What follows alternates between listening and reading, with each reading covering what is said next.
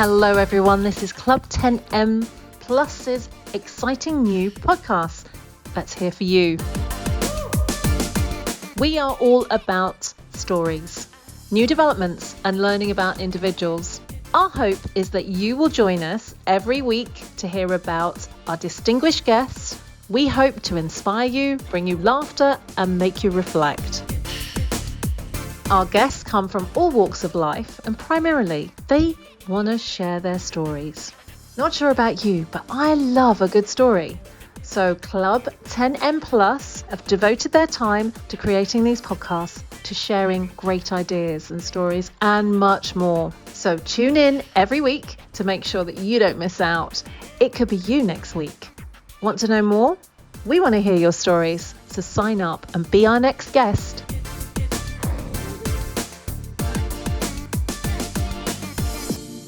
Mason, hello. Krista here. Today we have Mason Harris on our show, and I want to understand a little bit more about this chutzpah because now I've learned how to say it, but the rest of us have no idea. Mason, you have had an amazing, interesting life as well. So I am looking forward to this story, and at this point, I will be quiet. Over to you, Mason. Well, thank you, Krista. And yes, you're right. The pronunciation of the word can cause problems for people, but we'll go with anything. And by the way, the word describes a skill set, which I will get into, that exists in every culture. Everybody's familiar with it once they understand the concepts. So if you don't understand what chutzpah is, let me start with a story. It's actually a story about two businesses in New York City. The first one was founded by somebody who started working in the business as a teenager from a poor neighborhood, didn't have the opportunity to get educated.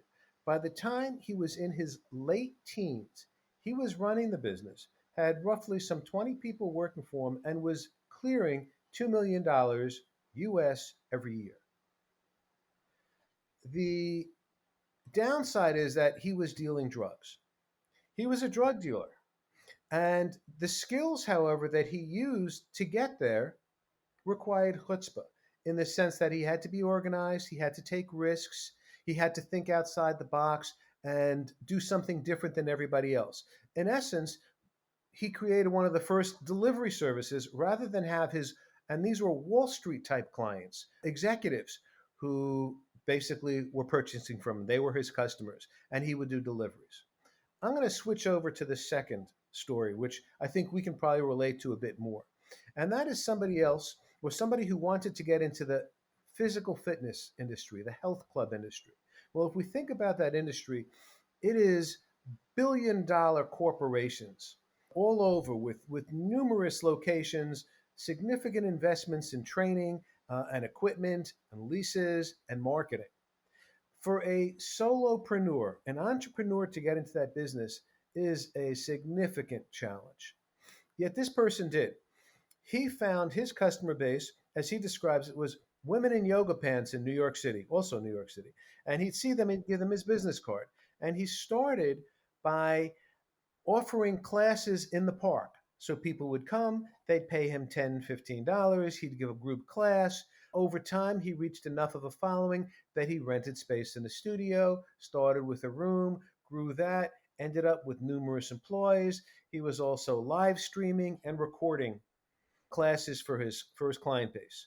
Single location, and not only did he survive, he thrived against all the big competitors in New York.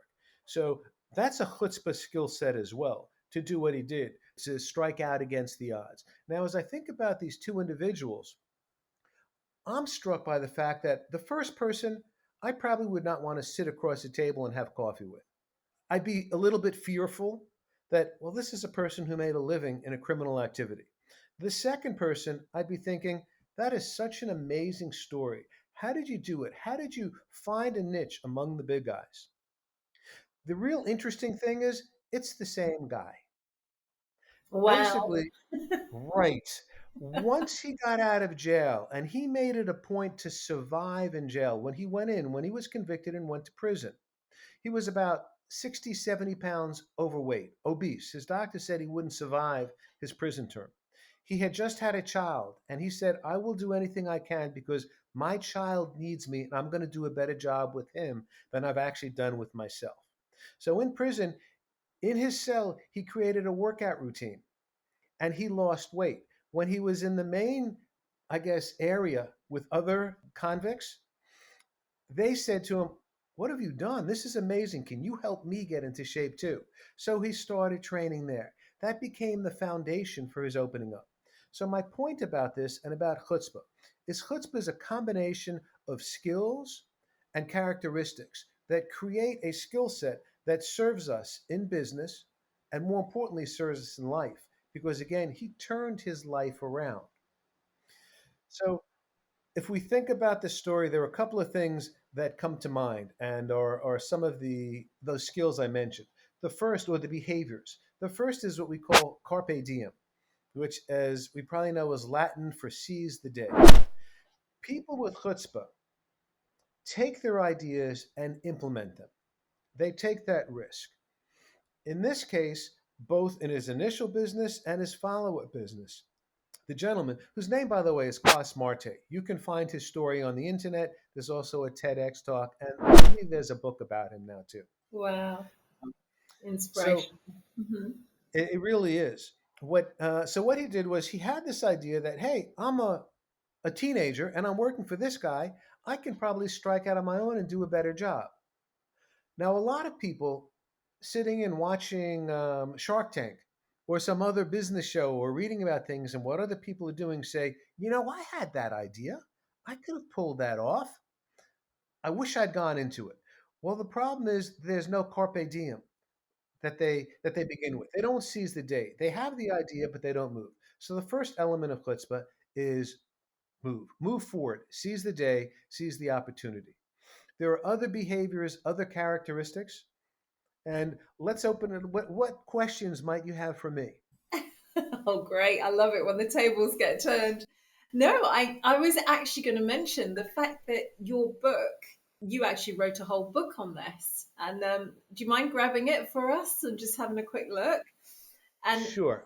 I I am really looking forward to reading this because it's one of those books that's caught my attention. Why did it catch my attention? Because I didn't know how to pronounce it. So the chutzpah now that I've learnt and I'm learning is about your behavior and it's about how you take that moment in time and make it yours. And I think what you're trying to teach us, Mason, and if I'm getting this, is seize the moment. Whatever it is you think you can do, just do it. And it's interesting because hence we're on this podcast because I'm all about if you've ever seen anything that I have lying around, it says just do it. And I get Right. told off for that. I do get told off for that. It's like, just do it. Well, you didn't think this through. No, because I'm just doing it. And I Right. think the next move is learn about how to sustain it and being sustainable in what you're doing. So I love your chutzpah story because amazing. You can turn your life around if you choose to, right? And for Right. you've demonstrated a little bit of that because of where you grew up and how you've changed the way you are and how you're living your life as well. Do you want to tell us a bit about that? Sure. I can say that writing this book was actually, to some extent, a chutzpah moment for me. Years ago, I started speaking about chutzpah to sales teams because my background was I was an entrepreneur. I owned a company. We won some fast growth awards, did well with that. But ultimately and fundamentally, I consider all of us to be salespeople. We may not think of ourselves as salespeople, but if we ever tried to persuade anybody to do something, we know that there are some methods that work, some that don't. If we figure out the pattern, or if we take courses in psychology or sales processes, we get better at it. But everybody, to some extent, is in sales, even or persuasion might be the better word. It might be more difficult for us to persuade our teenage kids, but that's a different issue. But there are methods that will work. It's selling, it's persuading.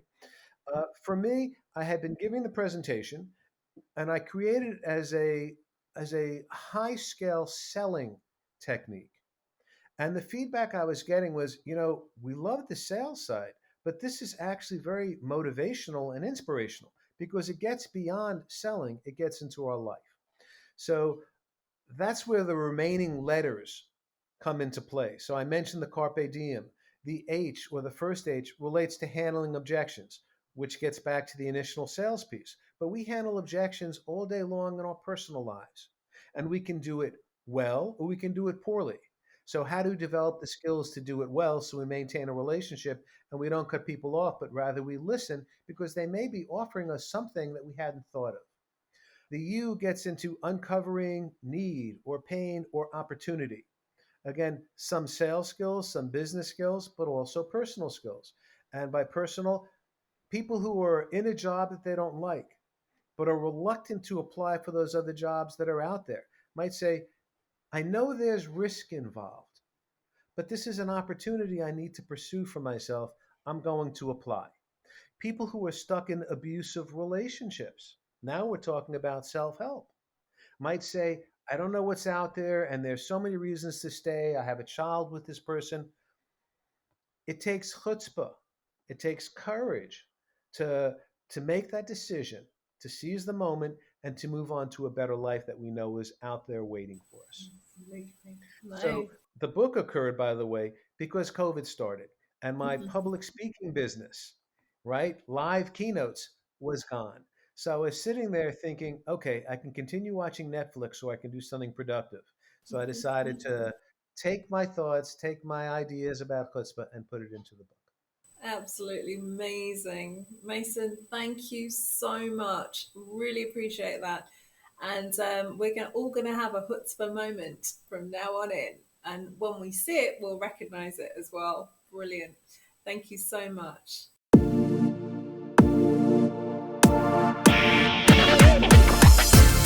Hello, everyone. This is Club 10M Plus's exciting new podcast that's here for you.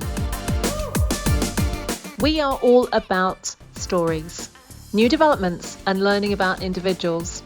Our hope is that you will join us every week to hear about our distinguished guests. We hope to inspire you, bring you laughter, and make you reflect.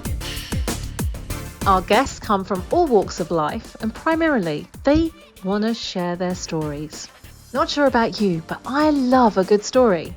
So Club 10M Plus have devoted their time to creating these podcasts, to sharing great ideas and stories, and much more. So tune in every week to make sure that you don't miss out.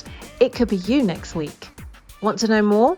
We want to hear your stories, so sign up and be our next guest.